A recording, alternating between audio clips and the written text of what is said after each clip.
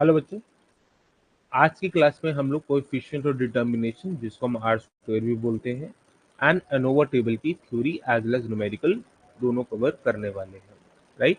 जैसे अभी तक हम चलते आए हैं, पहले हम थ्योरी डिस्कस करते हैं किसी भी कंसेप्ट की, तो उसके बाद हम लोग न्यूमेरिकल डिस्कस करते हैं। ठीक है।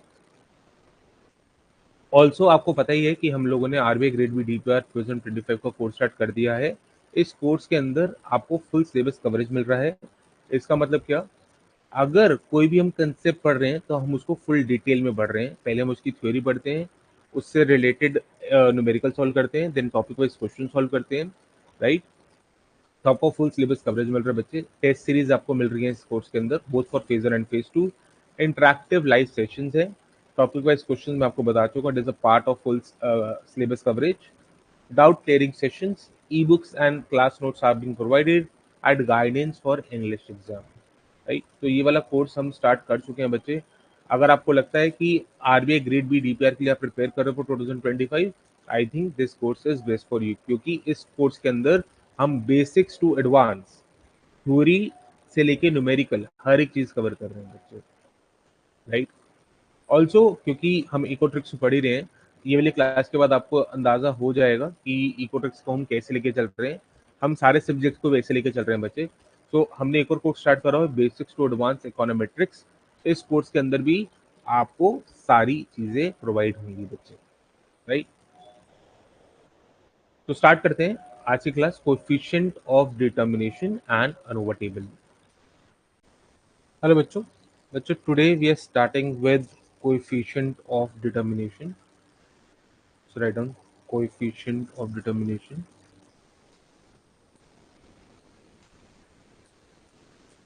Coefficient of determination,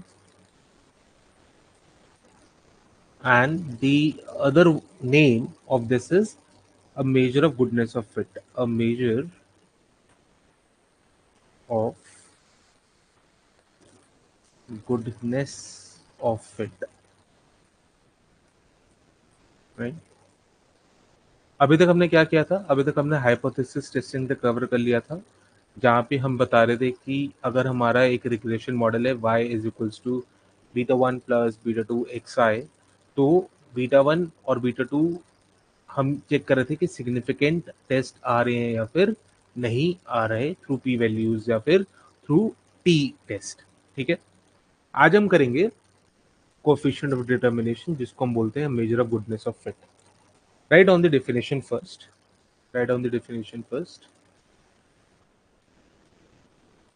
It measures the it measures the it measures the proportion of variation in the dependent variable, proportion of variation in the dependent variable, proportion of variation in the dependent variable explained by independent variable, explained by independent variable.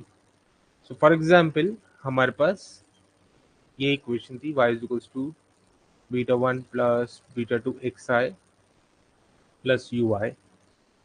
तो इस case में coefficient determination है क्या? ये बताता है कि ये जो मेरा इंडिपेंडेंट वेरिएबल है वो कितना परसेंट वेरिएशन बता पा रहा है y में, या कितना परसेंट इफेक्ट बता पा रहा है y में। लेट्स से सपोज करो, अभी जब हम इसको आगे करेंगे तो इसका मैं एक पर्टिकुलर नाम दूंगा which is known as r square, but अभी के लिए मैं बोलता हूँ कि इफेक्ट का जो y पे एक्स का जो y पे इफेक्ट है वो है 90%। तो 90% y पे जो इफेक्ट आ रहा है वो किसकी वजह से आ रहा है बच्चे? एक्स की वजह से आ रहा है। बाकी जो रिमेनिंग 10% बच गया वो कहां से आ रहा है? वो एरर की वजह से आ रहा है, जो कि हम एक्स में कैप्चर नहीं कर पाए हैं। क्लियर है? तो 10% कहां से आ रहा है? एरर की वजह से आ रहा है। 90% कहां से आ रहा है बच्चे? 90% हमारा एक्स की वजह से आ रहा है, जो कि वाई पे इफेक्ट हो रहा है। ठीक है। So it measures the proportion of variation in dependent variable, proportion of variation in dependent variable which is y, explained by independent variable, explain by independent variable. तो इसको अगर मुझे लिखना होगा तो कैसे लिखूंगा? It shows 90% variation in y explained by x. It shows 90% variation in y explained by x. तो हमें ये देखना है कि ये जो हम 90% बोल रहे हैं ये कहां से आ रहा है, राइट? तो उसके लिए अब हम कोएफिशिएंट ऑफ डिटर्मिनेशन को पढ़ने वाले हैं बच्चे। ठीक है, जल्दी से एक काम करेंगे, डायग्राम को ड्रॉ करेंगे पहले।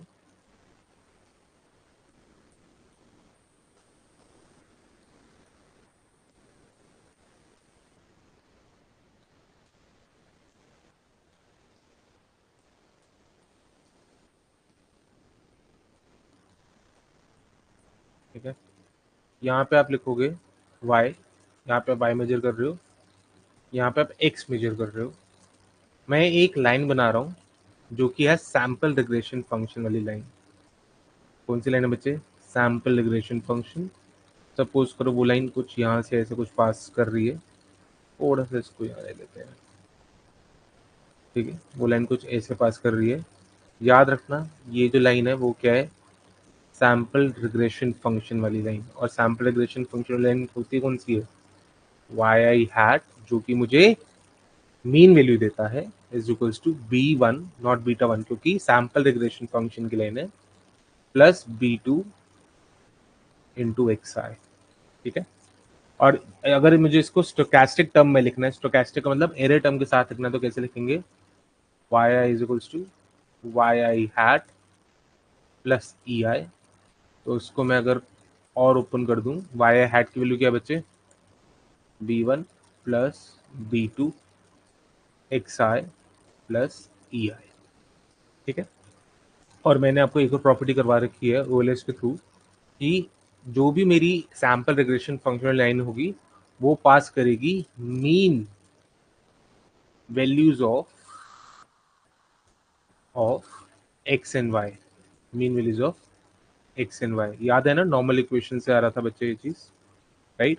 तो सपोज करो यहाँ पे मैं एक मीन वैल्यू ऑफ वाई दे देता हूँ आपको। So let's say this is the mean value of y, right?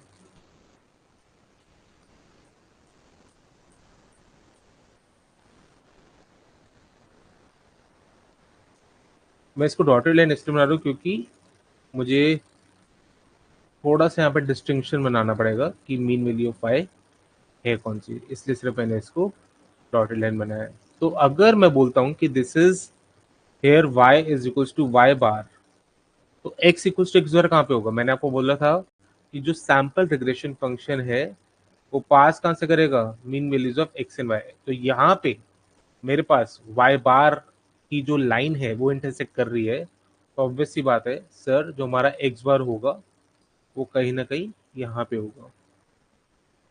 तो यहाँ पे बच्चे ड्रॉ करो x बार के लिए। ठीक है, अगेन डॉटेड लाइन, क्योंकि हम डॉटेड लाइन से आपको ये पता लग रहा है ये एक्स बार और वाई बार की लाइन है, तो यहाँ पे x is equals to x bar.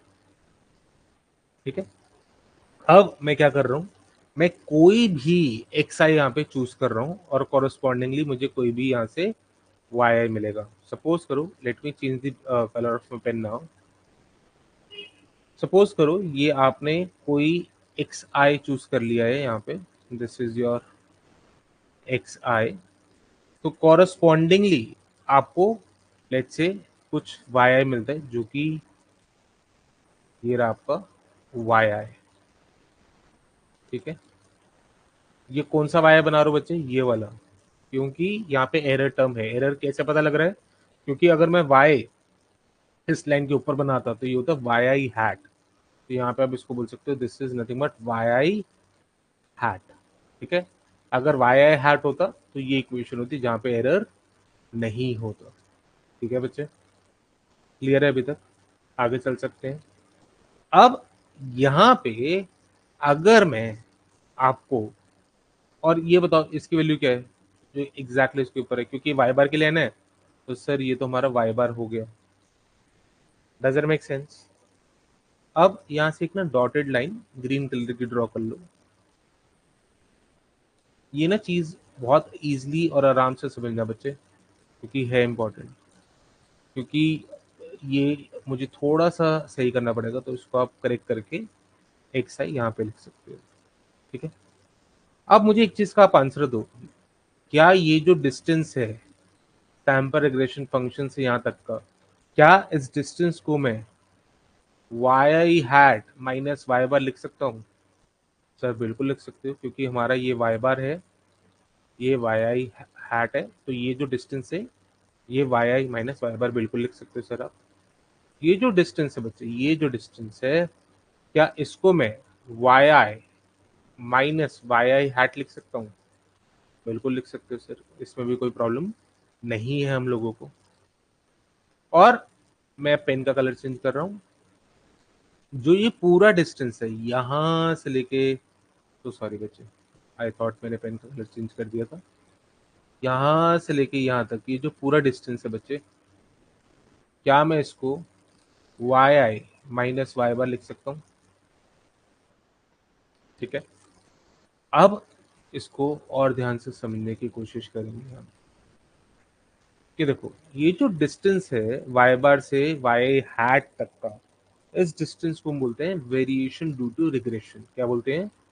Variation due to regression. Regression की वजह से कुछ वेरिएशन हुई। किसमें वेरिएशन हुई? पहले अगर आपके पास y बार था, आपने कोई पर्टिकुलर xi चूज करा, ये वाला y बार था बच्चे, आपने कोई पर्टिकुलर xi चूज करा, उसकी वजह से आपके पास सैंपल रिग्रेशन फंक्शन का ये yi हैट आया। तो ये जो डिस्टेंस है yi माइनस y बार, इसको बोलते हैं variation due to regression. Regression, आपने xi की वैल्यू चूज करी, उससे उसके साथ में आपको y हैट की वैल्यू मिली, तो जो डिस्टेंस होगा y बार से लेके y हैट तक, उसको बोलते हैं वेरिएशन ड्यू टू रिग्रेशन। अब ये जो डिस्टेंस है, याद रखना, अगर मैं yi माइनस yi हैट कर दूं, तो क्या बचेगा?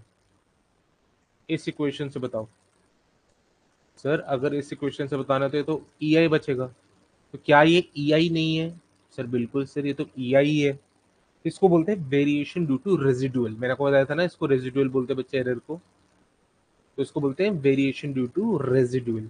वेरिएशन ड्यू टू रेजिडुअल, ठीक है।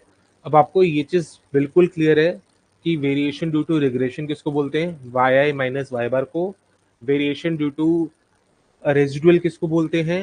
y माइनस yi हैट को। और इसको y माइनस y बार यहां से लेके यहां तक, इसको बोलते हैं टोटल वेरिएशन और total sum of squares. Although अभी टोटल सम ऑफ स्क्वायर में कन्वर्ट नहीं हुआ है, तो इसको हम बोलेंगे total variation. Total variation, total variation, ठीक है।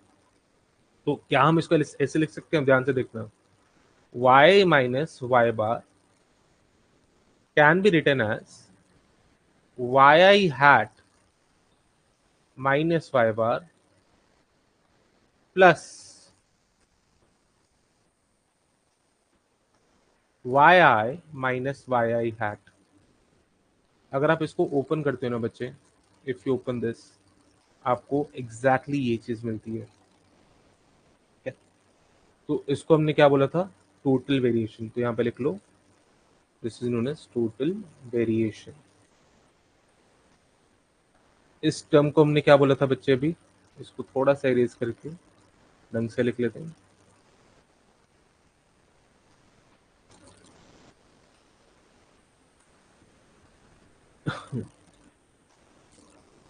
ठीक है, इस टर्म को बच्चे अभी हमने क्या बोला था? ये वाली टर्म को, ये वाली टर्म, ये वाली है variation due to residue, sorry regression. यहाँ पे लिखो variation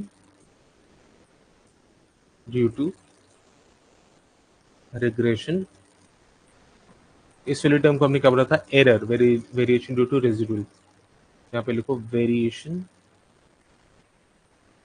due to residuals. Residuals, clear है बच्चे? यहाँ तक किसी को कोई दिक्कत, कोई प्रॉब्लम? ठीक है, अब हम आगे चलते हैं।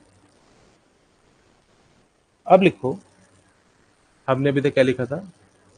थोड़ा सा मैं बैकवर्ड, चलो मैं यहीं पे लिख देता हूँ। Y I minus Y bar हमने लिखा था total variation which is equal to variation due to regression, जिसको हमने लिखा था वाई आई हैट माइनस वाई बार।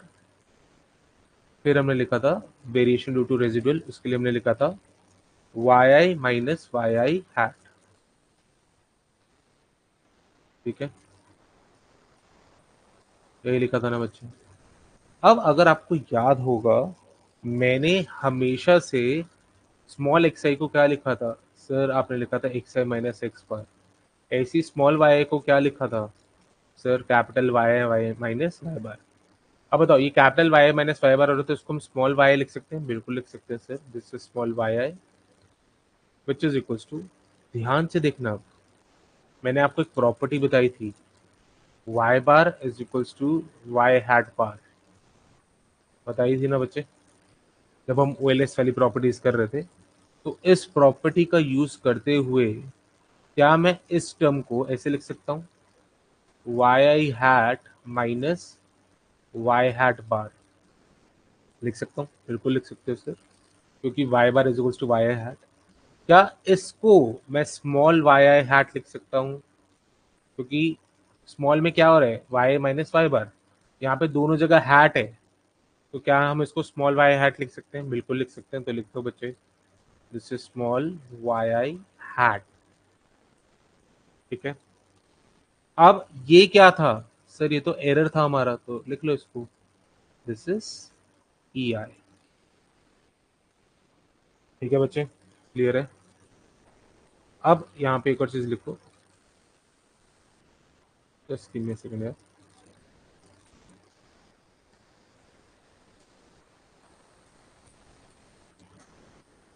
अब बच्चे यहाँ पे एक और चीज लिखो, squaring both the sides and taking expectations. Squaring both the sides and taking expectations, sorry not expectations, taking summation and taking summation।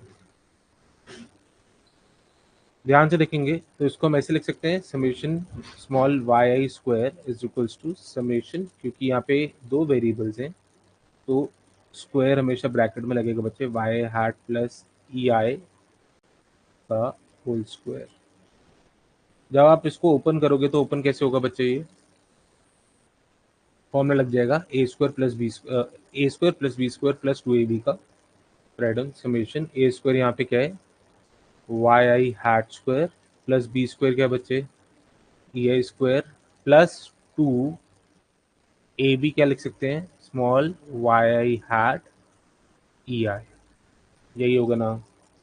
Summation को अंदर ले जाओ बच्चे, summation small Y I hat square plus summation E I square plus two summation Y I hat e i. तो अभी तक हमने क्या निकाला, summation Y i small Y I square is equal to summation small Y hat square plus summation E I square plus two summation Y i small Y hat into E i. Clear है? अब आपको पता है ये वाली term को हम क्या लिख सकते हैं? मैं यहाँ पे लिख रहा हूँ, आप मेरे साथ ये देखना। अब इसलिए मैं उस दिन आपको बोल रहा था कि सारे प्रूफ्स इंपॉर्टेंट है। अब देखो यहाँ पे मैं एक चीज प्रूफ कर दूंगा, इसको जीरो कहाँ से, जो हमने पहले लिखा हुआ था ओएलएस की प्रॉपर्टी से। देखो, summation small Y I hat into E I को हम ऐसे लिख सकते हैं बच्चे, summation capital Y I hat minus capital Y hat bar into E I लिख सकते हैं।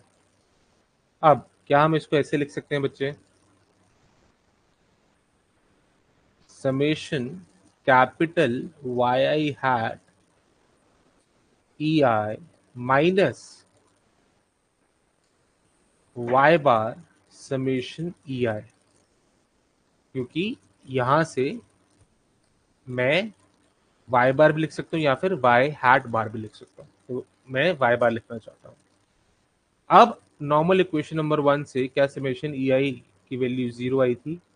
बिल्कुल 0 आई थी, ओएलएस में हमने किया था, राइट? इसकी वैल्यू याद रखो, प्रॉपर्टी नंबर 5, इसकी वैल्यू क्या आई थी? सर इसकी वैल्यू भी 0 आई थी। तो इसकी वैल्यू क्या आ जाएगी बच्चे? इसकी वैल्यू भी 0 आ जाएगी। इसीलिए वो सारी की सारी चीजें इंपॉर्टेंट हैं जो मैं आपको हर एक क्लास में, नोट्स में या फिर रिमार्क्स में लिखवा रहा हूँ बच्चे, ठीक है? अब क्या हम इसको ऐसे लिख सकते हैं? Summation small Y I square is equals to summation small Y hat square plus summation E I square. क्या हम इसको ऐसे लिख सकते हैं? ठीक है, यही आपका ई आई स्क्वायर का फॉर्मूला था बच्चे वहां पे। ऑल दो मैं पहले इसको ब्रैकेट्स में पुट कर देता हूँ सो दैट हम सबके लिए इजी रहे।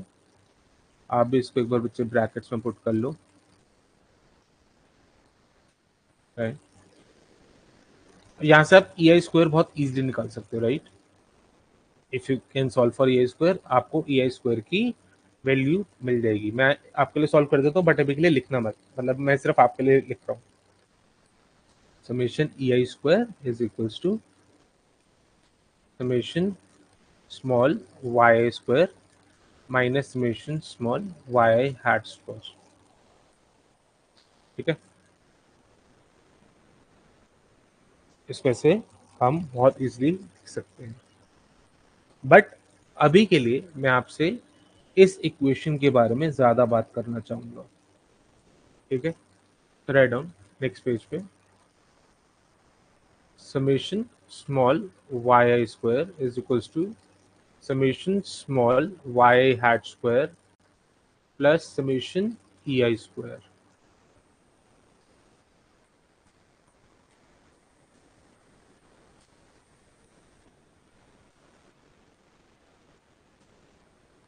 अब बच्चे यहाँ पे, so sorry, let me redraw it again.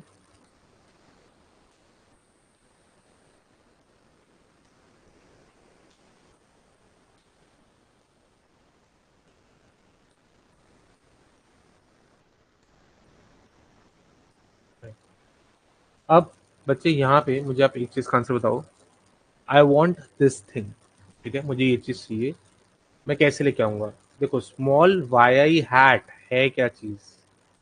आपने बोला था सर कैपिटल वाई आई हैट माइनस वाई हैट बार, जिसको हम सर ऐसे भी लिख सकते हैं, कैपिटल वाई आई हैट माइनस वाई बार।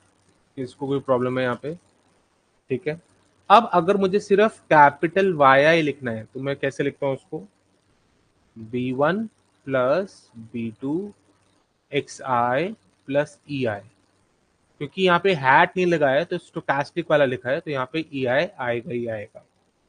अगर मुझे वाई बार के लिए लिखना है तो वाई बार याद रखना, नॉर्मल इक्वेशन 1, जब ओएलएस को ओएलएस हम b1 की वैल्यू निकाल रहे थे तो क्या निकाली थी हमने? b1 प्लस b2 एक्स बार, ये निकाली थी ना? अब अगर मैं करता हूं वाई आई माइनस वाई बार, अगर मैं करता हूं Y I minus Y bar तो मुझे क्या मिलता है? ध्यान से देखो, अगर मैं वाई माइनस वाई बार करता हूँ B one minus B one, ये तो जीरो हो गया। बी टू को कॉमन ले लो, यहां हम लिख सकते हैं एक्स आई माइनस एक्स बार प्लस ई आई माइनस जीरो, तो यहाँ पे आ जाएगा सिर्फ ई आई, ठीक है? क्या इसको हम स्मॉल वाई बोल सकते हैं, वाई माइनस वाई बार को? बिल्कुल सर, बिल्कुल बोल सकते हैं, विच इज इक्वल्स टू b2, इसको स्मॉल एक्स आई बोल सकते हैं, प्लस ई आई। अच्छा, एक चीज का आंसर बताना आप मुझे, यहाँ पे आपके पास ई आई इसलिए है क्योंकि यहाँ पे हैट नहीं है। अगर मैं यहाँ पे एक और इक्वेशन लिखूं जिसको लिखता हूँ Y I hat is equals to b1 plus b2 x I, क्या यहाँ पे ई आई आएगा? नो सर, यहाँ पे नहीं आएगा। तो अगर मैं इसको हैट में कन्वर्ट कर दूं, क्या ई आई ऑटोमेटिकली गायब हो जाएगा? बिल्कुल सर, क्योंकि हमने यहाँ पे हैट में कन्वर्ट कर दिया है। तो ये जो स्मॉल वाई आई हैट है, क्या हम उसको बी टू एक्स आई लिख सकते हैं? और ये एक्स स्मॉल है, याद रखना, b2 इंटू स्मॉल एक्स, क्या लिख सकते हैं, बिल्कुल लिख सकते हैं।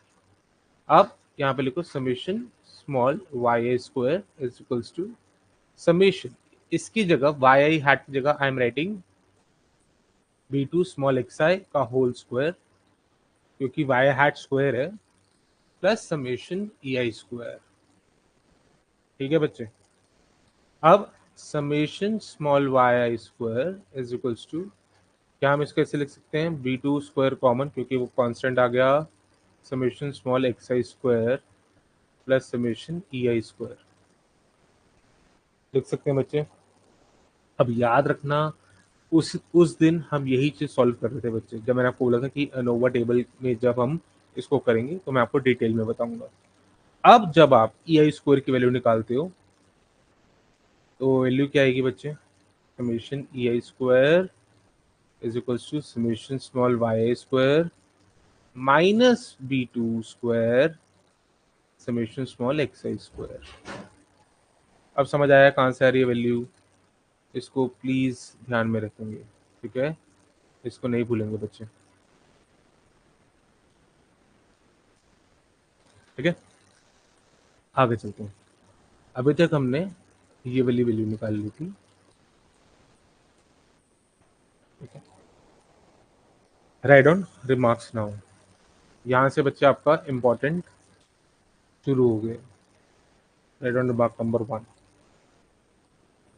वी हैव वी हैव, जो ये वाली इक्वेशन है उसको लिख लो बच्चे,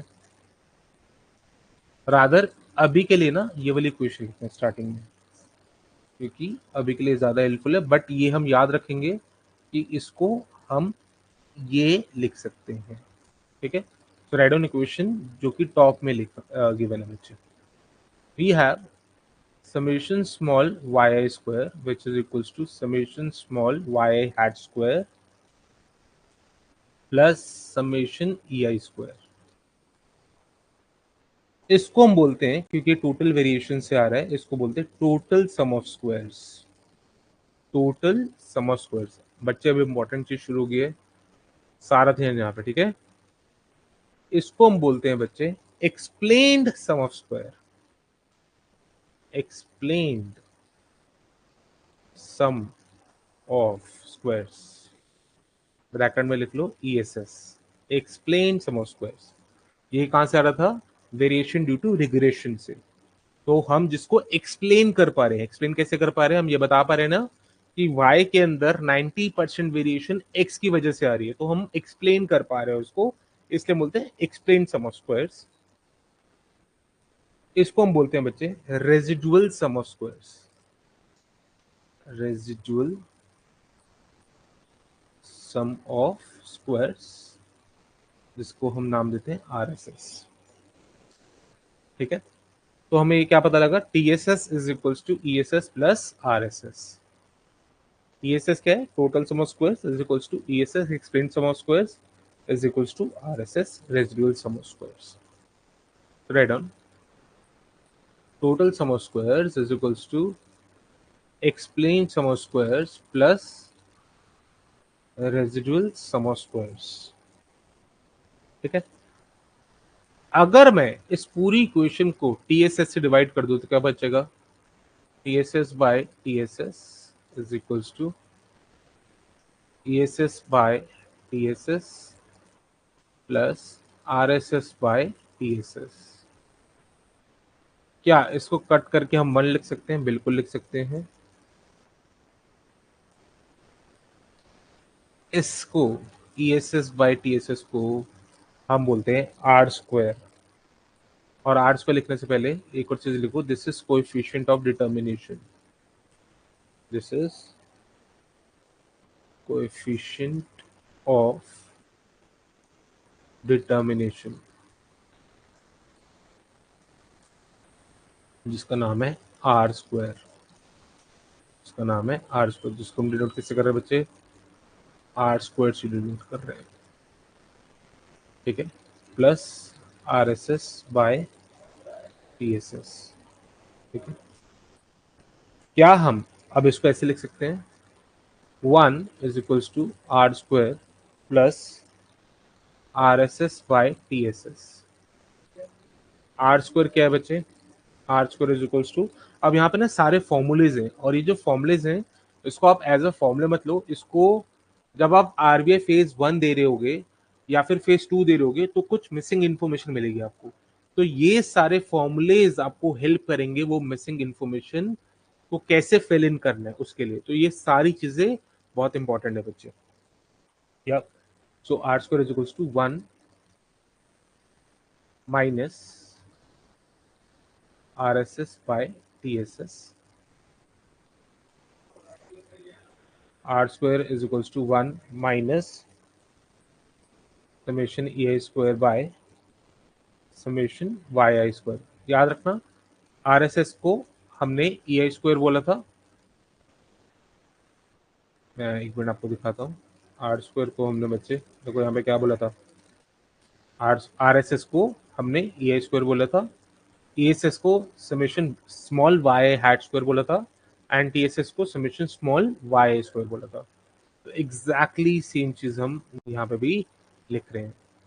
आर एस एस की जगह हमने समेशन ए स्क्वायर बोला और टी एस एस की जगह हमने समेशन स्मॉल वाई आई स्क्वायर बोला। ठीक है, तो आर स्क्वायर को हम ऐसे भी लिख सकते हैं, right down R square is equals to, अब हमने क्या लिखा था, चलो फिर से लिख देता हूँ क्योंकि मैंने पेज चेंज कर दिया, summation E I square by summation Y I square, are square is equals to summation Y I square minus summation E I square divided by A square divided by summation Y I square. ठीक है बच्चे, अब मैंने आपको एक formula बताया था, उस फॉर्मूले के हिसाब से, और ये सारी चीजें ना हम इधर उधर करके इसलिए देख रहे हैं क्योंकि एग्जाम में वो लोग किसी भी एंगल से पूछ सकते हैं। मैंने आपको बच्चे ये वाला फॉर्मूला बताया था, राइट, और इससे भी पहले अभी ईएसएस का आपको एक फॉर्मूला लिखने के लिए बोला था। तो इस फॉर्मूले के हिसाब से अगर मैं इन दोनों को सब्ट्रैक्ट कर देता हूँ, दिस माइनस दिस, तो क्या बचेगा, तो हमारे पास बचेगा समेशन स्मॉल वाई आई हैट स्क्वायर। सो आपको क्या लिखना है यहाँ पे, summation small Y I hat square divided by summation Y I square. तो this is your are square. अब एक बात बताओ, समेशन स्मॉल वाई आई हैट स्क्वायर क्या आया था, अभी जब आपने बोला था सर ये आया था बीटा टू और B two square, summation small x I square divided by summation small Y I square. और इसी को तो बच्चे हम E S S by T S S बोल रहे थे। ठीक है, तो ये सारी के सारे फॉर्मूला जो हमने इधर उधर करके निकाले हैं ये इंपॉर्टेंट है, अभी और भी फॉर्मूले जाएंगे। Right down remark number 2, remark number 2। ठीक है, right down R square belongs from 0 till 1, R square belongs from 0 till 1 और the range of R square is 0 to 1। Right down remark number 3, coefficient of correlation जो कि हम are से denote करते हैं या फिर कई बार रो से भी डिनोट करते हैं, यहाँ पे आप इसको लिख रहे हो, R is nothing but sample coefficient of correlation.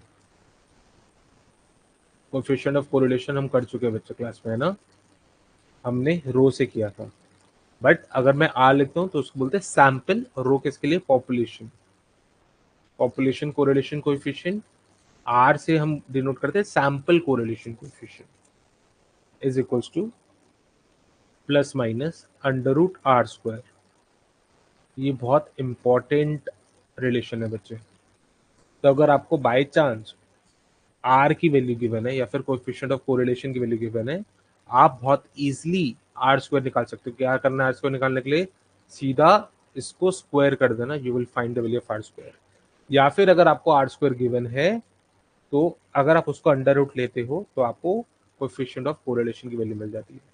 But यहाँ पे मैंने प्लस माइनस क्यों लगाया है, उसके रीजन है, अगर आपको ऐसा लगता है कि आपके जो वेरिएबल्स हैं, लेट्स से एक्स और वाई, अगर एक्स के बढ़ने से वाई कम हो रहा है, तो जब आप आर स्क्वायर से आर निकाल रहे होगे तो आप माइनस आर लिखोगे, क्योंकि इन दोनों के बीच में नेगेटिव रिलेशन है। दिख पा रहा है आपको, वाई एक्स बढ़ रहा है तो वाई कम हो रहा है।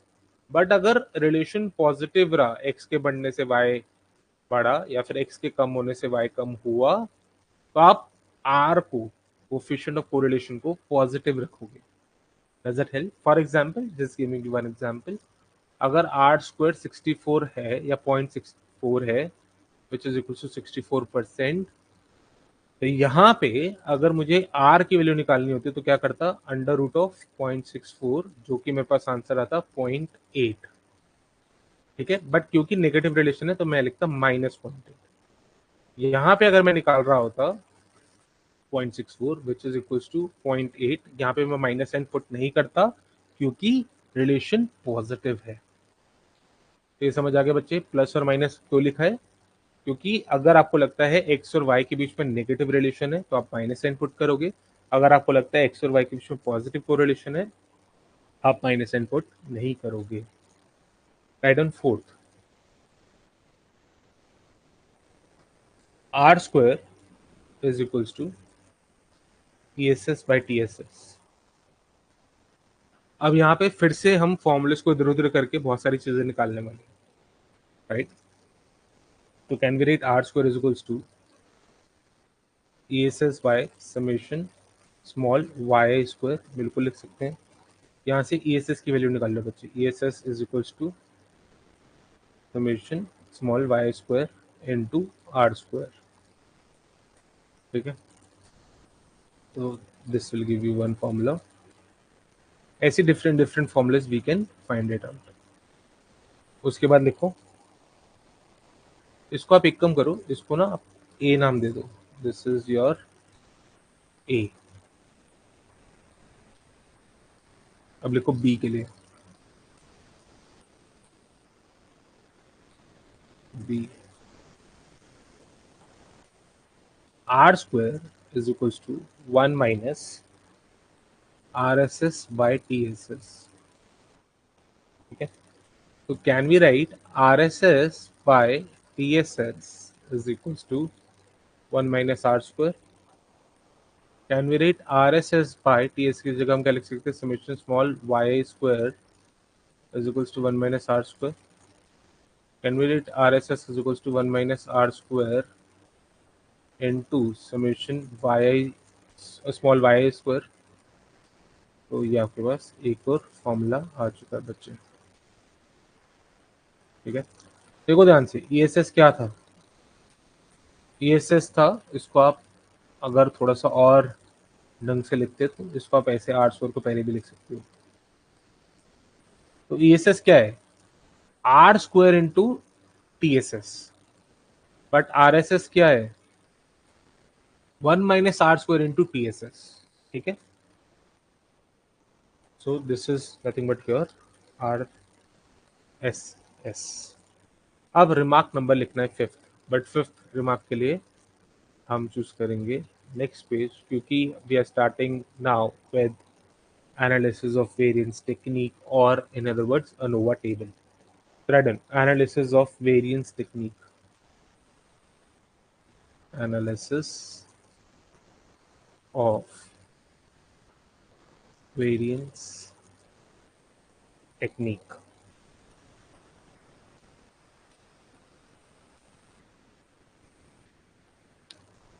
Analysis of variance technique. ठीक है बच्चे, okay.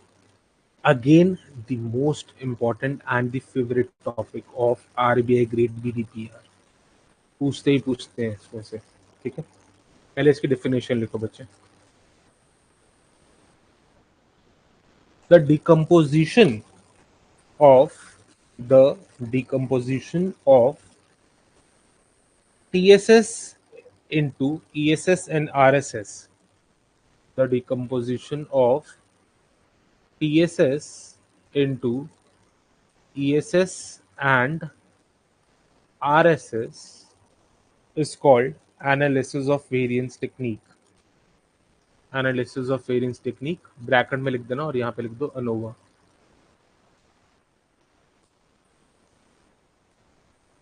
अनोवा क्या है? Analysis of variance. Analysis of variance. ठीक है. Okay, now we need to make one ANOVA table. So हम लोग अब अनोवा टेबल बना रहे हैं बच्चे. सबका ध्यान इधर. ठीक है. ओके, तो आपको जो फर्स्ट कॉलम बनाना है वो बनाना है सोर्स ऑफ वेरिएशन के लिए. ठीक है. जो सेकंड कॉलम बनाना है वो आपको बनाना है सम ऑफ स्क्वायर्स के लिए. यहाँ पे आप बनाओगे सम ऑफ स्क्वायर्स. थर्ड कॉलम बनाना है वो आपको बनाना है डिग्रीज ऑफ फ्रीडम के लिए. जो फोर्थ कॉलम बनाना है वो आपको बनाना है मीन सम ऑफ स्क्वायर्स के लिए.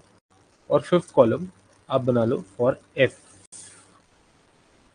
ठीक है. ओके, तो यहाँ पे हम लिखेंगे अपनी हेडिंग्स. यहाँ पे हम लिखेंगे ESS के लिए. यहाँ पे हम लिखेंगे RSS के लिए and then for TSS. Okay, madam sources of variation यहाँ पे लिखो.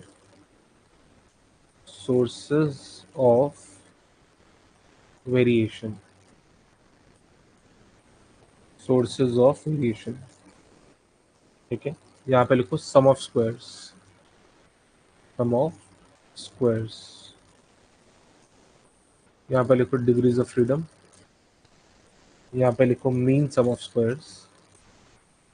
Mean sum of squares.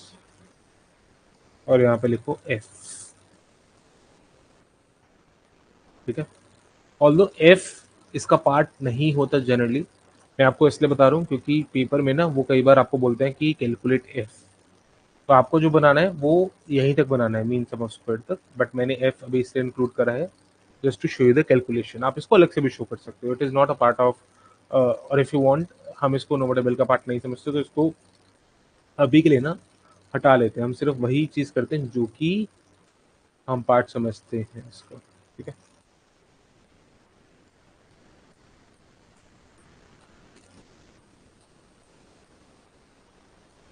Okay, अब सोर्सेज ऑफ वेरिएशन में हमारे पास क्या क्या सोर्सेज ऑफ वेरिएशन है. ESS है एंड RSS है. याद रखेंगे TSS is not a part of ANOVA table but हम उसको नीचे लिखते हैं. ठीक है. तो आप अभी के लिए इसको ना डॉटेड लाइन बना सकते हो. क्योंकि हम डॉटेड लाइन इसलिए बना रहे हैं क्योंकि TSS को हम जनरली अनोवा टेबल का पार्ट नहीं समझते, तो हमेशा उसको डॉटेड लाइन से हम डिनोट करते हैं बच्चे. राइट. यहाँ पे आप लिख सकते हो TSS. अब आपको पता है कि सम ऑफ स्क्वायर्स जो है ESS जो है वो है क्या actually. Summation small y hat square जो कि इक्वल है d2 square summation small xi square. तो आपको इसके लिए लिखना है. याद रखना अभी जो अनोवा टेबल कर रहे हैं that is only for yi is equals to beta 1 plus beta 2 xi plus ui. और इसको अगर मैं सैंपल की फॉर्म में लिखो तो हो जाएगा yi is equals to b1 plus b2 xi plus ei. ठीक है. हम सिर्फ टू वेरिएबल का केस लेके अनोवा टेबल सॉल्व कर रहे हैं बच्चे. तो क्या हम यहाँ पे ESS की जगह ये लिख सकते हैं b2 square summation small xi square. लिख सकते हैं ना, कोई दिक्कत तो नहीं है. ठीक है. RSS की जगह क्या लिख सकते हैं sir. Summation ei square. TSS की जगह summation small yi square. Degrees of freedom मैं आपको बता देता हूँ. आपको समेशन ei स्क्वायर की डिग्री ऑफ फ्रीडम पता है. जब हमने सिग्मा स्क्वायर निकाला था तो समेशन ei स्क्वायर की डिग्रीज ऑफ फ्रीडम को क्या लिखा था. n minus k where k denotes the number of parameter including the intercept. तो यहाँ पे लिखो n माइनस के अभी के लिए, क्योंकि number of parameters including the intercept 2 है, तो यहाँ पे आप n माइनस के डाल के n माइनस 2 भी लिख सकते हो, बट जनरली इसको हम n माइनस के लिखते हैं, बट क्योंकि हम अभी 2 वेरिएबल केस कर रहे हैं तो n माइनस 2 भी लिख सकते हो। ये होता है आपके पास n माइनस 1। और ESS का जो होता है वो होता है TSS minus RSS which is nothing but k minus 1। ठीक है, ये याद रखोगे आप बच्चे, ये भूलोगे नहीं। k माइनस 1, n माइनस के, n माइनस 1, आप कुछ भी कर सकते हो। इसका तो हमेशा से याद रहेगा क्योंकि आपको सिग्मा स्क्वायर निकालना है। या तो ऊपर वाले का याद कर लो एस का, या तो नीचे वाले का। अगर आप ऊपर वाले का याद करते हो के minus 1, so K minus 1 plus N minus K is equals to N minus 1, right. तो नॉर्मल जो हमने ये इक्वेशन करी है, एग्जैक्टली इस इक्वेशन से आपके पास डिग्रीज ऑफ फ्रीडम आ जाएंगे बच्चे बहुत इजीली। ठीक है, okay. Now what is mean sum of square? Mean sum of square is nothing but जब मैं सम ऑफ स्क्वायर्स को डिवाइड कर देता हूँ डिग्रीज ऑफ फ्रीडम के साथ, सो in this case this is ESS by degrees of freedom, which is nothing but b2 square summation small x square divided by a minus 1। ये होगा RSS by degrees of freedom, which is nothing but equals to sigma hat square, जो कि है हमारा summation EI square divided by n minus 2 in this case, या फिर n minus k। अभी के लिए k के टर्म्स में लिखो तो ज्यादा बेटर है, राइट। और इसको हम बोलते हैं TSS by degrees of freedom, although इसका यूज हम इतना नहीं करते हैं, ना के बराबर यूज करते हैं इसका। ठीक है बच्चे, क्लियर है यहाँ तक?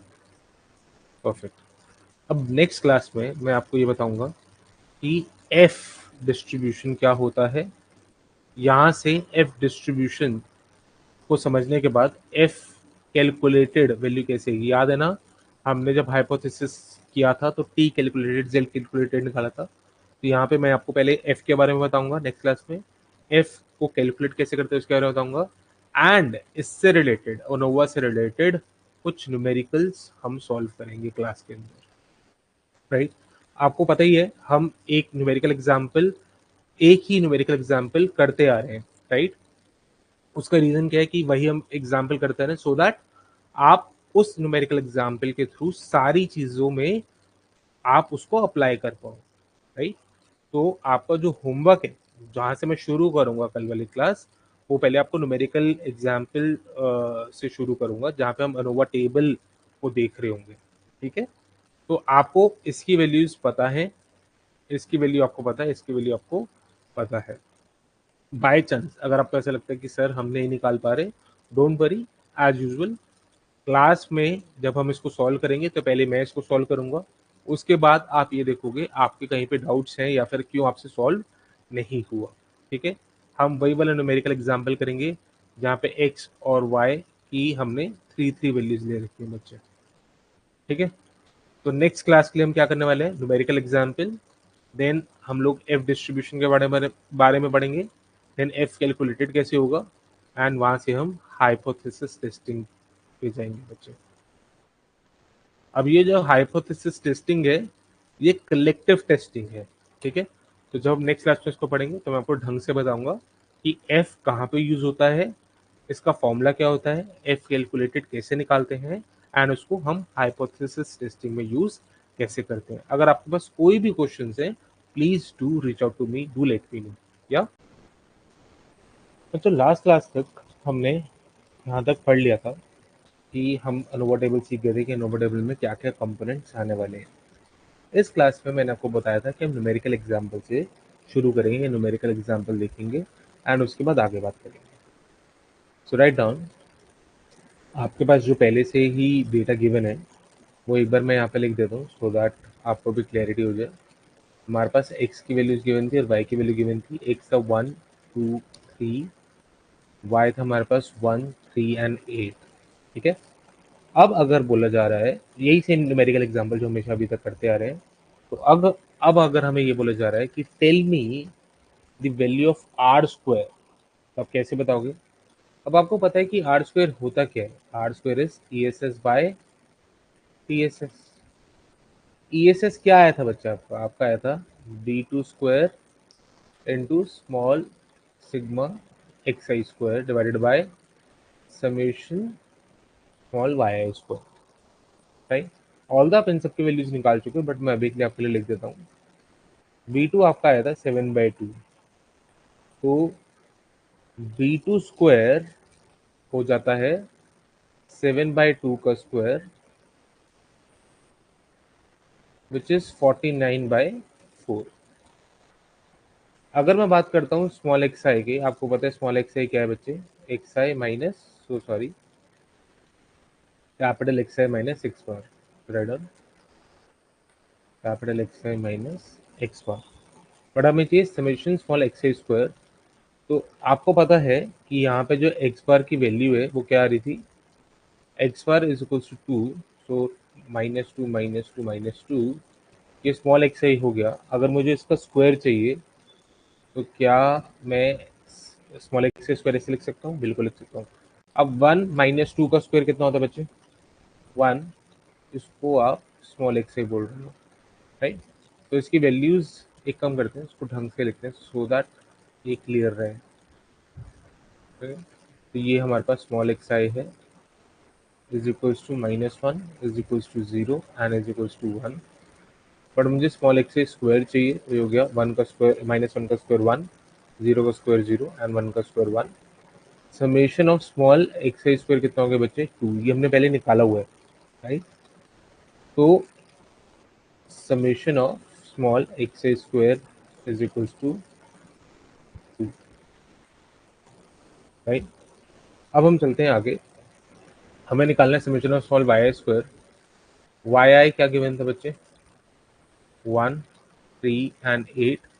वाई बार आपका 4 आया था, तो y minus Y bar -4 -4 and -4, ये आपका आया स्मॉल वाई है। स्मॉल वाई की वैल्यू कितनी आएगी, -3 -1 and 4। And y I square क्या हुआ बच्चे आपका, y I square is equals to -3 का स्क्वायर 9, 1 का स्क्वायर 1, 4 का स्क्वायर 16। अगर आप इसको ऐड करते हो आपके पास आंसर आता है 26। अगेन ये पहले हम कर चुके हैं, तो हमारे पास summation Y I square small Y square is equals to 26। अब आपके पास सारी चीजें हैं बच्चे, तो ये हो गया 49/4 into 2, 49/4 b two square into 2 summation x I square divided by 26। अब हमें पता है ये हम बहुत इजीली कट कर सकते हैं, and we can write this as 49/52। अगर आप इसको कट करते हो, फ्रैक्शन में लिखते हो, क्योंकि हमें पता है कि आर स्क्वायर की वैल्यू क्या है बच्चे, आर स्क्वायर की वैल्यू राइट करते हैं 0 to 1 के बीच में, तो हमें फ्रैक्शन में लिखना है। मैं थोड़ा सा इसको ढंग से लिख रहा हूँ, दिस इज 52 बच्चे। तो ये क्या हो जाएगा बच्चे, 0.9423, ठीक है। आर स्क्वायर की वैल्यू ये आई है, इसका मतलब क्या है, what is the meaning of this. इसको अगर मैं परसेंटेज में लिखूं तो can we write this as 94.23%। और मैंने आपको कोएफिशिएंट ऑफ डिटर्मिनेशन की डेफिनेशन लिखवाई थी। कोएफिशिएंट ऑफ डिटर्मिनेशन की डेफिनेशन क्या बोलती है आपको, 94.23% of the variation in dependent variable. तो लिख लो 94.23% of the variation in dependent variable is explained by independent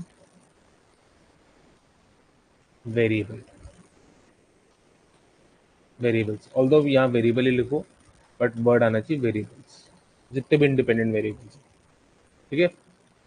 तो आर स्क्वायर का अब आपको मीनिंग समझ आ गया कि हम इंटरप्रेट कैसे कर रहे हैं आर स्क्वायर को।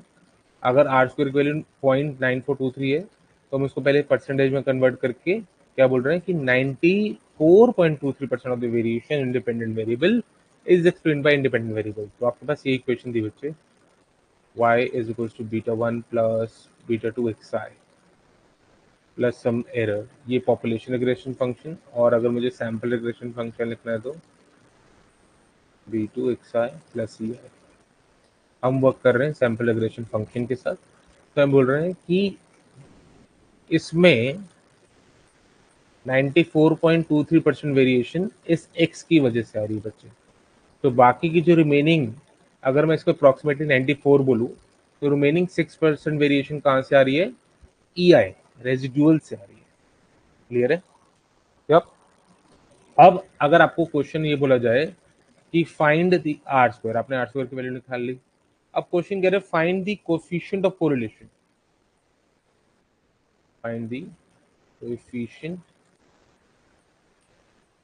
ऑफ कोरिलेशन, जिसको हम बोलते हैं आर। और हम सबको पता है इसका फॉर्मूला क्या है, this is equals to plus minus under root coefficient of determination which is nothing but r square, तो जगह प्लस माइनस अंडर रूट 0.9423। तो you can use your calculator and then tell me the value. अभी के लिए क्योंकि हमारे पास ये नहीं पता कि रिलेशनशिप पॉजिटिव था या नेगेटिव था, तो आप इसमें एक काम ये कर सकते हो, जो आपका पास बीटा 2 की वैल्यू आई है उसको आपको देखना पड़ेगा कि पॉजिटिव है या फिर नेगेटिव आई है, राइट। अगर बीटा 2 की वैल्यू पॉजिटिव है तो ये आपका जो कोएफिशिएंट ऑफ कोरिलेशन है वो पॉजिटिव आएगा। अगर बीटा 2 की वैल्यू नेगेटिव है तो जो कोएफिशिएंट ऑफ कोरिलेशन की वैल्यू वो नेगेटिव आएगा। बीटा 2 है क्या? y is equals to, rather b2 लिखो तो ज़्यादा बेटर है, b1 plus b2 xi plus ei। तो इसको ना मैं b2 लिख देता हूँ क्योंकि हम हमेशा किसकी बात करते हैं? सैम्पल रेगुलेशन फंक्शन की, राइट। तो इन दोनों में क्या रिलेशनशिप है वो डिपेंड करता है कि ये नेगेटिव है पॉजिटिव। अगर ये नेगेटिव हुआ तो एक्स और वाई में रिलेशनशिप नेगेटिव है, और अगर ये पॉजिटिव हुआ तो एक्स और वाई में रिलेशनशिप बच्चे पॉजिटिव होगा। ठीक है। अब आपको एक और क्वेश्चन बोलता है prepare the ANOVA table for the given data. तो write down the question, prepare the ANOVA table for the given data, given data, prepare the ANOVA table for the given data, right. अब यहाँ पे आपको एक ANOVA table ready करनी है, तो जल्दी से उसको रेडी करते हैं। तो सॉरी बच्चे, I am drawing this again.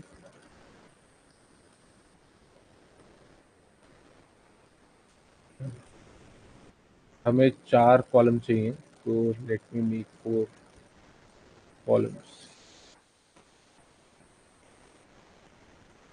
This is column 1, this is column 2, this is column 3 and 4।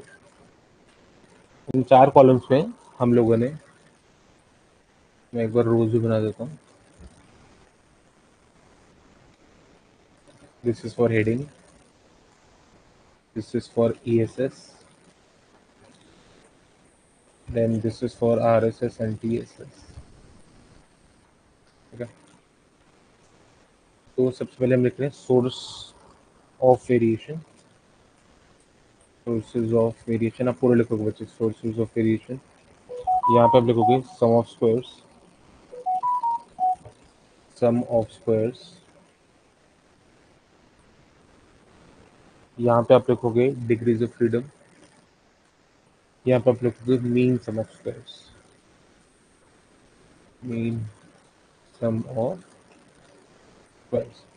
अब सोर्सेज ऑफ वेरिएशन में हमें क्या लिखना है?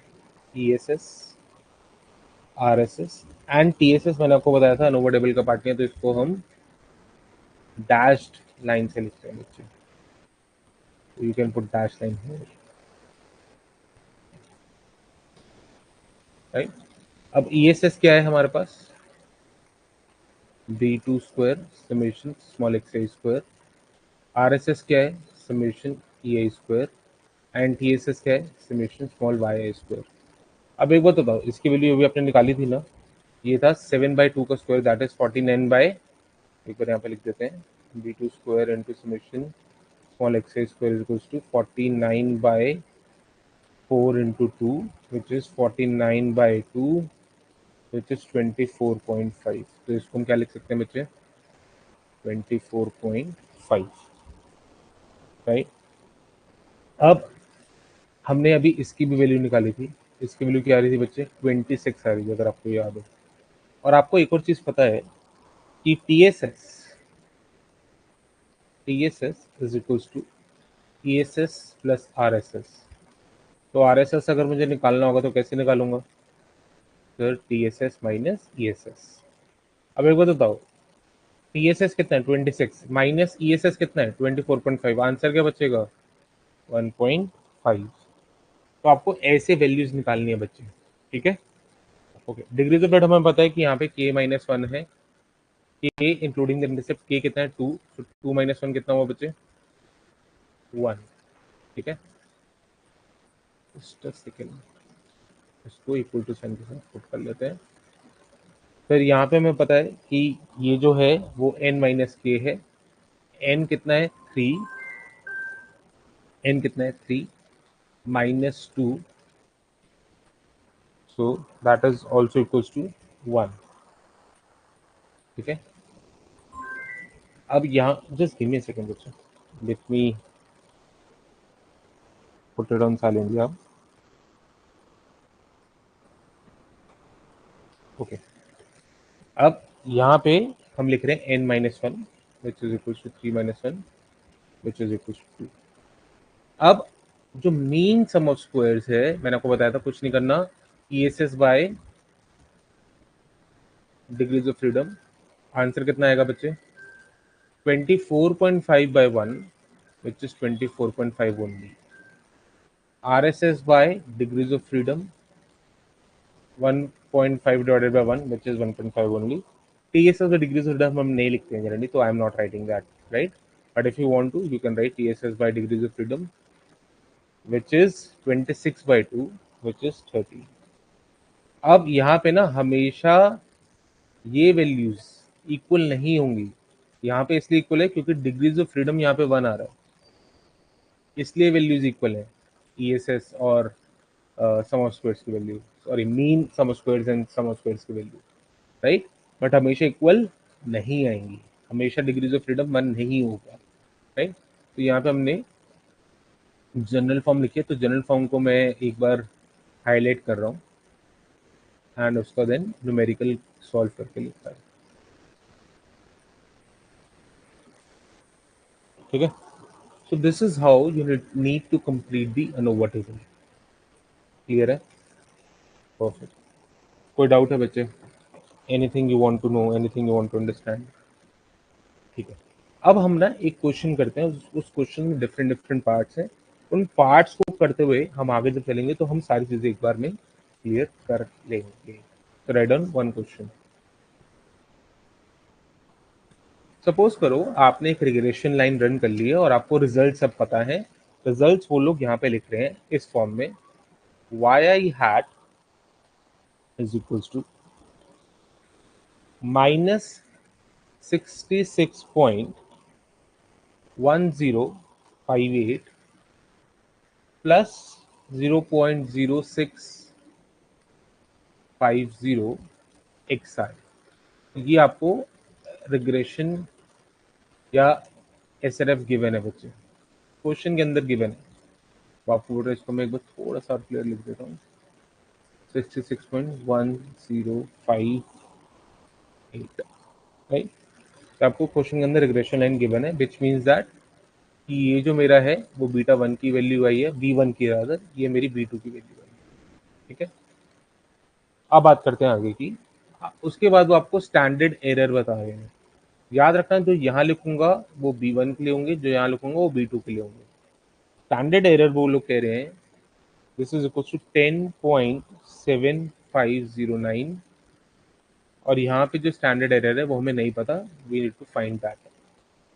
उसके बाद ये टी की वैल्यू बता रहे हैं, याद रखना टी कैलकुलेटेड, मैंने आपको एक्सेल से करना सिखाया था ना, सेम चीज। ये बहुत इजीली निकल जाएगा, इसलिए यहाँ पे इन्होंने ब्लैंक दे दिया, यहाँ पे इन्होंने वैल्यू दी है विच इज 18.73, ठीक है। n is equals to 20, number of observation कितनी है 20, आर स्क्वायर की भी वैल्यू गिवन है बच्चे, विच इज 0.9460। सबसे पहले मैं आपसे एक चीज पूछना चाहता हूँ, अगर मुझे आर स्क्वायर को इंटरप्रेट करना तो क्या बोलना पड़ेगा? 94.6% variation in y is because of x। क्या? अब क्वेश्चन क्या कह रहे हैं कि सबसे पहले आप मुझे इनकी वैल्यूज बताओ। Let's say we are calling this as a and we are calling this as b। What is the value of a? अब a है क्या? a is nothing but t। t क्या है? आपको बताया था b2 by standard error of, sorry ये b1 है, b1 bye standard error of b1। b1 कितना है? -66.1058 divided by standard error of b1 कितना है? 10.7509। अगर आप इसको सॉल्व करते हो तो आपके पास जो भी वैल्यू आएगी that is the value of A. मैंने इसको सॉल्व नहीं किया बच्चे, एक बार जब इसको सॉल्व करोगे you will get the value of A और रादर टी। तो आपको ये पता लग गया टी कैसे निकल रहा है यहाँ से। अब सिमिलरली बी के लिए अगर मुझे सॉल्व करना है तो मुझे टी गिवन है। टी कितना है? 18.73 विच इज इक्वल्स टू बी2, क्योंकि हम ये बी2 की रो में खड़े हैं या बी2 के कॉलम में खड़े हैं, divided by standard error of बी2। अब स्टैंडर्ड एरर ऑफ बी2 निकालना है आपको, बाकी सब चीजें गिवन है। तो स्टैंडर्ड एरर ऑफ बी2 क्या लिख सकते हैं हम लोग? b2 which is 0.0650 divided by t which is 18.73, right? जब आप इसको सॉल्व कर लोगे you will get the value of b। Calculator से सॉल्व करना है आपको, b की इज द वैल्यू मिल जाएगी बच्चे आपको। नेक्स्ट वो कहता है कि ठीक है आपने ये तो फाइंड कर लिया, बट अब हाइपोथेसिस टेस्टिंग करनी है आपको। और क्वेश्चन कहता है कि check whether xi has influence on y or not. Check whether xi has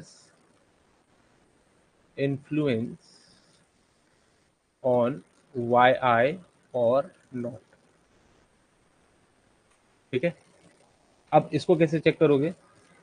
x का इन्फ्लुएंस y पे, आपको yi हैट पता है which is b1 plus b2 xi। तो किसके लिए वो पूछ रहा है? वो बेसिकली ये जानना चाह रहा है कि b2 की वैल्यू जीरो है या फिर जीरो नहीं है। तो इसके लिए हम क्या करेंगे? Null and alternative. मैंने आपको हमेशा बताया हुआ है जब भी नल ऑल्टरनेटिव लिखोगे तो आप पैरामीटर के हिसाब से लिखोगे। तो क्योंकि हम b2 के लिए चेक कर रहे हैं, आप लिखोगे यहाँ पे β2 is equals to zero and यहाँ पे β2 is not equals to zero. जब आप β2 इक्वल्स टू जीरो लिखते हो तो यहाँ पे एक ब्रैकेट में लाइन लिख लो, xi has no influence on y। xi has no influence on yi। और यहाँ पे लिखो xi has influence on yi। ठीक है, सिर्फ इसका मीनिंग लिखा है आपको। अब आपको पता है कि ये स्टेप नंबर 1 है। स्टेप नंबर 2 क्या है? Test statistic. टेस्ट स्टैटिस्टिक क्या है बच्चे? यहाँ पे हम टी यूज कर रहे हैं और टी कैलकुलेटेड हमें पहले से पता है। देखो ध्यान से, टी कैलकुलेटेड क्या गिवन है सर? 18.73। b2 के लिए आपको टी की वैल्यू गिवन है, टी कैलकुलेटेड की वैल्यू गिवन है, राइट? तो टी कैलकुलेटर कितना है? 18.73। ठीक है, अब अगर आपको इसको चेक करना है, let's say level of significance is equal to 5%। पहली बात बताओ, क्या टोटल टेस्ट है? बिल्कुल टोटल टेस्ट है। लेवल ऑफ सिग्निफिकेंस 5% है। अब मुझे डिग्रीज ऑफ फ्रीडम भी बता दो, क्योंकि हम टी यहाँ पे पुट करेंगे। डिग्रीज ऑफ फ्रीडम है n-2 which is equal to 18, क्योंकि n कितना है बच्चे? यहाँ पे n है हमारे पास 20। तो सबसे पहले एक डायग्राम बनाते हैं और उसके बाद टेबल वैल्यू से इसको चेक करेंगे।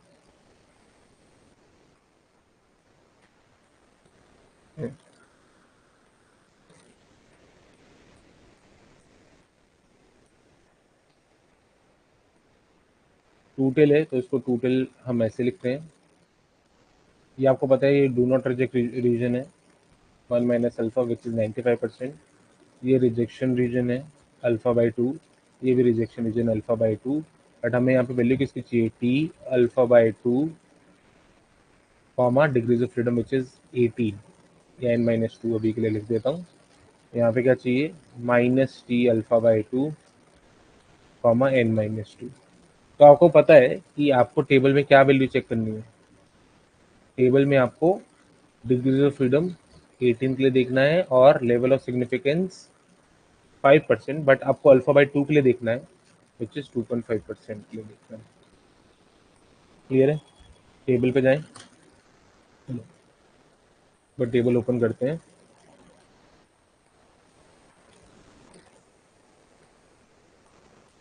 ठीक है,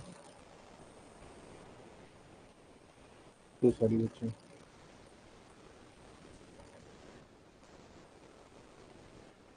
ओके। अब अगर मुझे ये वैल्यू पता लग गई है, तो एक बात बताओ, मुझे डिग्रीज ऑफ फ्रीडम कितना देखना है, 18 देखना है सर आपको, और टू टेल में हम खड़े हैं तो ऊपर वाली प्रोबेबिलिटीज देखनी है, बट मुझे देखना है 0.025, 2.5% इज 0.025। अगर मैं इसकी वैल्यू को चेक करता हूँ तो मेरे पास आंसर आता है 2.101। क्लियर है बच्चों? मेरे पास आंसर आता है 2.101। अब एक बार ये टेबल हमने सॉरी टेबल चेक कर लिए, एक बार नोटबुक में फिर से आते हैं। इसकी वैल्यू हमें पता लग गई है 2.101, तो इसकी वैल्यू क्या होगी, माइनस 2.101। अब यहाँ पे आपका जो टी कैलकुलेटेड वो है 18 पॉइंट समथिंग, तो 18 point something will lie over here 18.73। Rejection region, do not rejection region, sir obviously rejection region, तो देयरफॉर आप क्या लिखोगे, we reject null at 5% level of significance, therefore reject null का मतलब ये सही नहीं है, therefore xi has influence on yi, therefore xi has influence on yi। समझ आ रहा है कैसे लिखना है बच्चे? ठीक है, अब नेक्स्ट क्वेश्चन कह रहा है कि गुडनेस ऑफ फिट के लिए चेक करो, goodness of fit, goodness of fit, goodness of fit है क्या, बेसिकली आर स्क्वायर है। अब मैं आपको एफ टेस्ट के बारे में सिखा रहा हूँ, क्योंकि जो गुडनेस ऑफ फिट है वो एफ टेस्ट के बारे में हमें बताता है। तो एफ टेस्ट या फिर आर स्क्वायर जो टेस्ट है उसको हम कैसे अप्लाई करते हैं, एक बार वो सीखते हैं। पहली चीज तो ये याद रखना, जो भी एफ टेस्ट है वो कलेक्टिव टेस्ट है, वो इंडिविजुअल टेस्ट नहीं है। फॉर एग्जाम्पल अगर मैं एक रिग्रेशन लेकर लाइन लिखूँ y equals to beta one plus beta two x I या two x I plus beta three x3i plus beta 4 x4i plus ui, in this case जो आपको एफ टेस्ट बताएगा वो बताएगा कलेक्टिव इन्फ्लुएंस है या नहीं y पे, इसका इंडिपेंडेंट वेरिएबल्स का।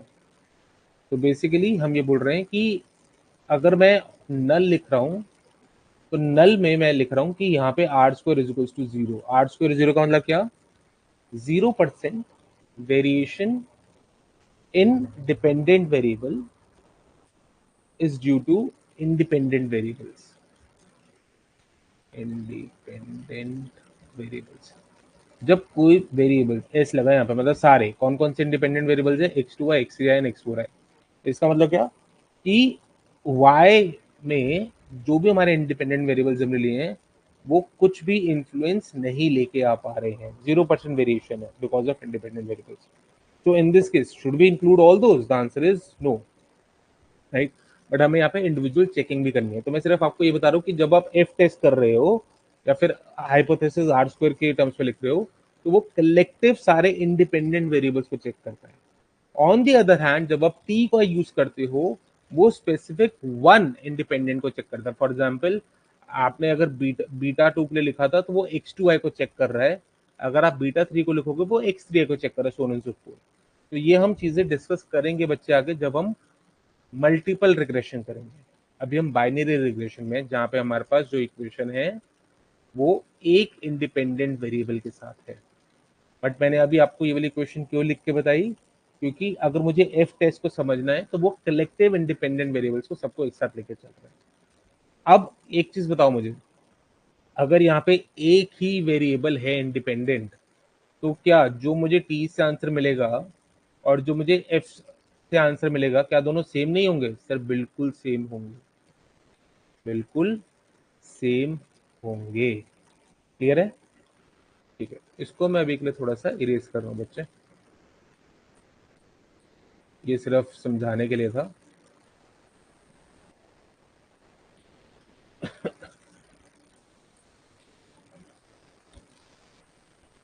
अब यहाँ पे अगर आप ध्यान से देखो, हमने लिखा है null r square is equal to zero, तो ऑल्टरनेटिव क्या होगा? कई बच्चे सोच रहे हैं sir r square is not equal to zero. बिल्कुल गलत। R square is positive. R square की रेंज क्या है बच्चे?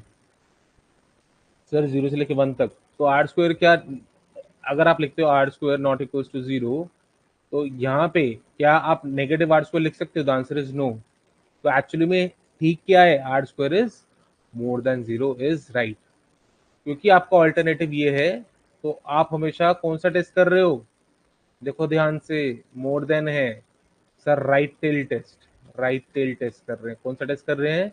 राइट टेल टेस्ट कर रहे हैं। क्लियर है? ठीक है, तो इसलिए मैंने आपको बेसिक समझाए थे बच्चा, हाइपोथेसिस टेस्टिंग है ना, तो वो सारे के सारे सेम बेसिक्स यहाँ पे भी अप्लाई हो रहे हैं। यहाँ पे आप एक बार ब्रैकेट में लिख लो, independent variables explained, independent independent variables explained 0% variation in dependent variable, 0% variation in dependent variable, independent variable explain 0% variation in dependent variable। ठीक है, अब यहाँ पे लिखो नोट,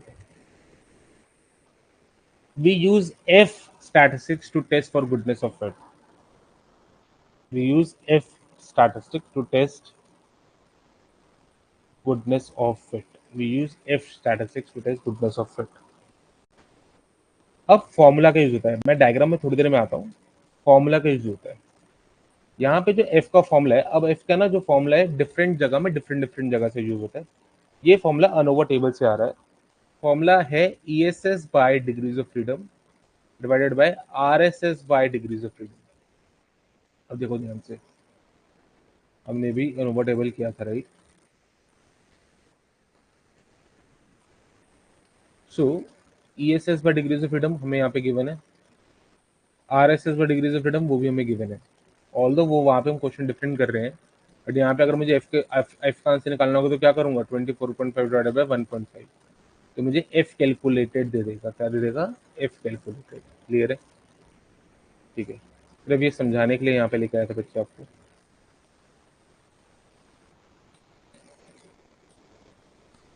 अब इसको अगर मैं और ओपन करूं, तो क्या इसको हम ऐसे लिख सकते हैं, this is equal to E S S by degrees of freedom कितनी है? K minus one divided by R S S by degrees of freedom कितनी है? एन माइनस के। और आपको पता है इट फॉलोज एफ टेस्ट। और जब हम लिखते थे ना टी टेस्ट के लिए, क्या लिखते थे? It follows t test with degrees of freedom. तो यहाँ पे भी डिग्रीज ऑफ फ्रीडम लिखेंगे, बट कौन सी डिग्रीज ऑफ फ्रीडम लिखेंगे? यहाँ तो दो डिग्रीज ऑफ फ्रीडम है, एक ये रही और दूसरी ये रही, और दोनों अलग अलग हैं। तो एफ टेस्ट के अंदर बच्चे दो डिग्रीज ऑफ फ्रीडम होती है, there are two degrees of freedom in F test. तो पहले हम न्यूमिनेटर वाले लिखेंगे which is k minus one, comma, फिर डिनोमिनेटर वाली लिखेंगे which is n minus k. Numerator वाली के माइनस वन, डिनोमिनेटर वाली एन माइनस के। कई बच्चों को कंफ्यूजन होगी सर ये तो डिवाइड में है, तो मैं यहाँ पे जो न्यूमिनेटर वाली डिग्री ऑफ फ्रीडम लिख रहा हूँ, इसका मतलब क्या? मैं ईएसएस की बात करूँ, ईएसएस का क्या डिग्रीज ऑफ फ्रीडम है डिवाइडेड बाय आरएसएस का क्या डिग्रीज ऑफ फ्रीडम है। ठीक है, तो अभी मैं आपको पहले एफ टेस्ट के बारे में थोड़ा सा लिखाऊंगा, उसके बाद इसको हम सॉल्व करेंगे एंड उसके बाद हम ये देखेंगे कि हाइपोथेसिस टेस्टिंग का रिजल्ट क्या आता है। ठीक है, so write down F distribution, F distribution.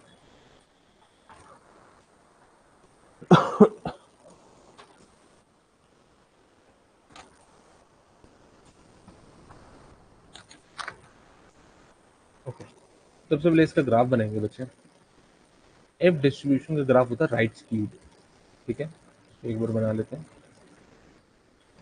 तो सॉरी,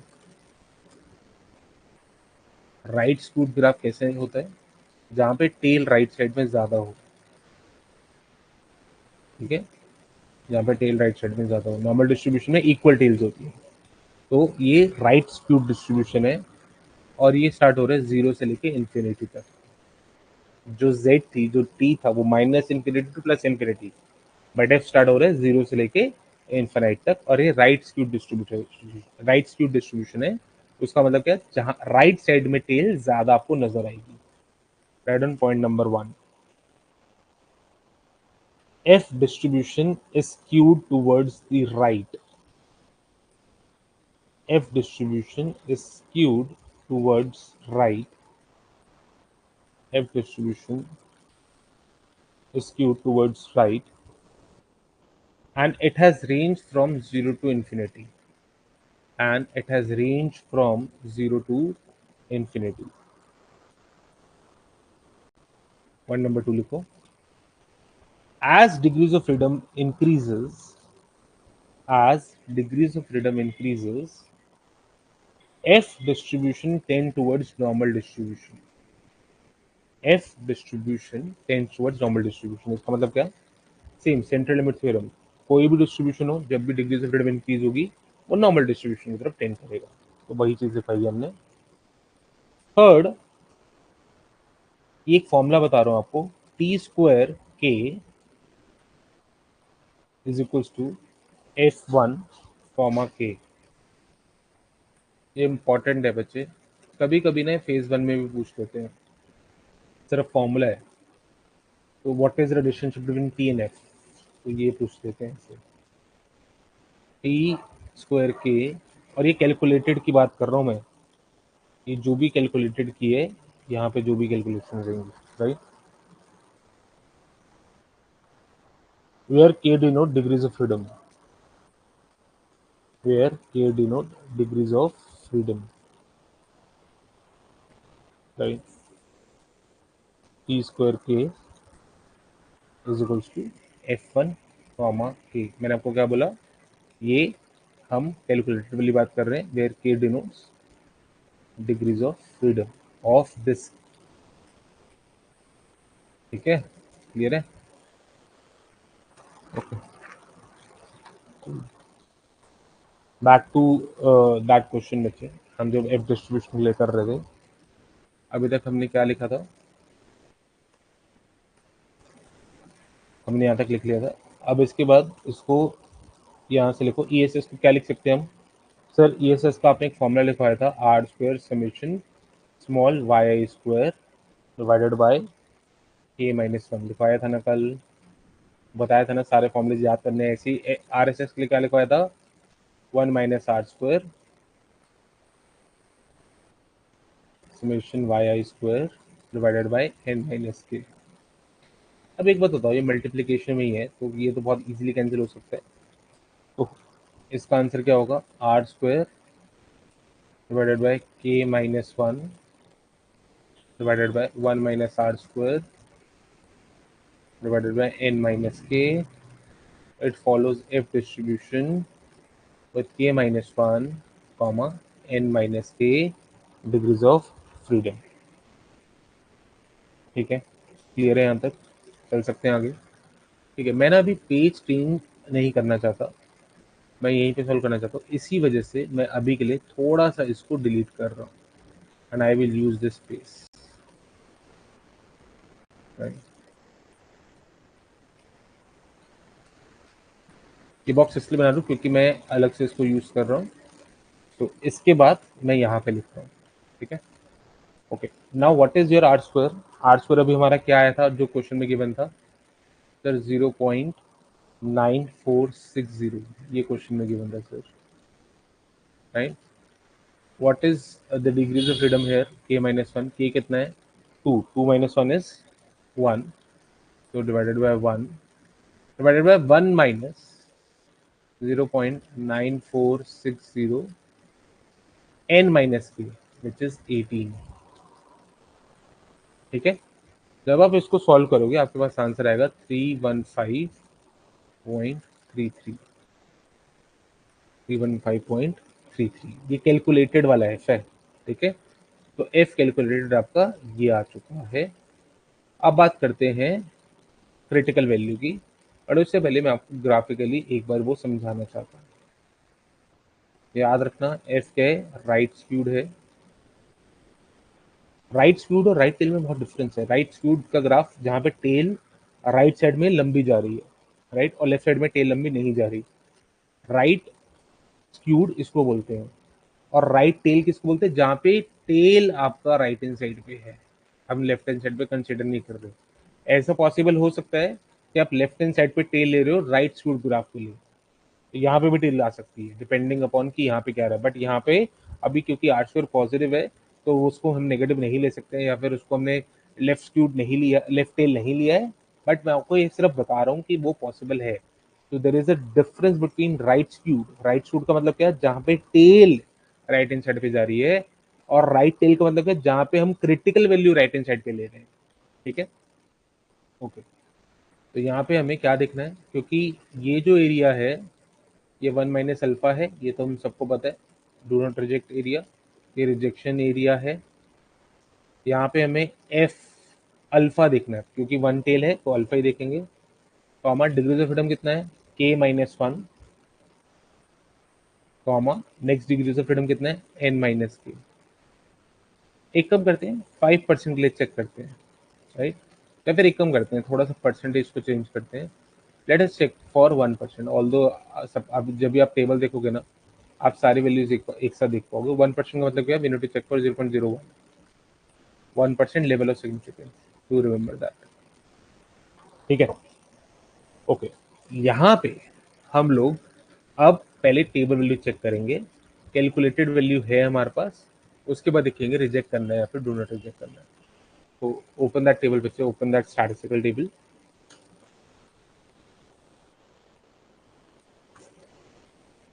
एफ शुरू हो रहा है बच्चे आपके पास D3 से, ठीक है।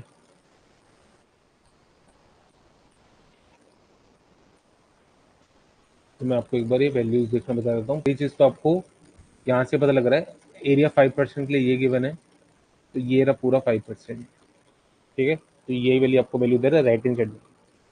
यहाँ पे 2 डिग्री ऑफ फ्रीडम है। पहले डिग्री ऑफ फ्रीडम ये रहा जो कि आपको ऐसे गिवन है। सो 1 2 3 ये न्यूमिनेटर का डिग्री ऑफ फ्रीडम है, विच इज k-1।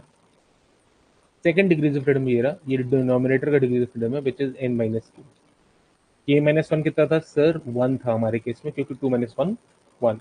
n-k कितना sir? 20-2 which is equal to 18। तो यहाँ पे आपको 1 देखना, 1 तो ये रहा। यहाँ पे आपको 18 देखना, तो 18 देखने के लिए हम थोड़ा सा नीचे जाएंगे।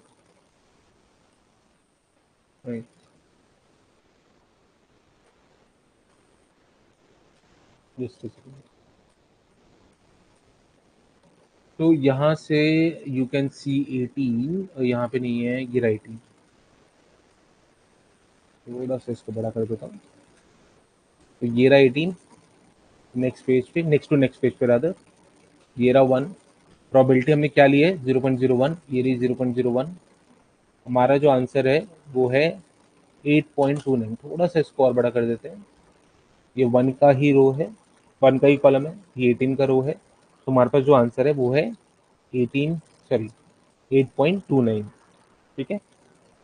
This is our answer, this is a critical value 8.29। वापस जाते हैं।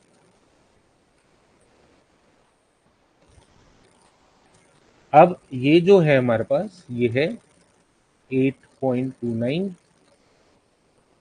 ठीक है। जो एफ कैलकुलेटर है वो है 315। तो 315 तो बहुत बड़ी फिगर है, जो कि यहाँ पे लेकर गई 315.33। Reject, do not reject. Sir, reject the null. Reject null at 1% level of significance. Right, इसका मतलब क्या, जो भी ये वैल्यू है are square is more than 0, वो वैल्यू ठीक है। इसका मतलब क्या, जो ये वैल्यू थी वो थी 0.9460, which means that 94.6% variation in dependent variable, in dependent variable, दोनों अलग अलग वर्ड है, इंडिपेंडेंट मत समझना, in dependent variable is explain by independent variables. अब ये सेम वर्ड है, और एक्सप्लेनेटरी वेरिएबल्स, राइट। क्लियर है बच्चे? Okay, cool. तो यही ऐसे ही क्वेश्चन बच्चे आपको एग्जाम में मिलेंगे।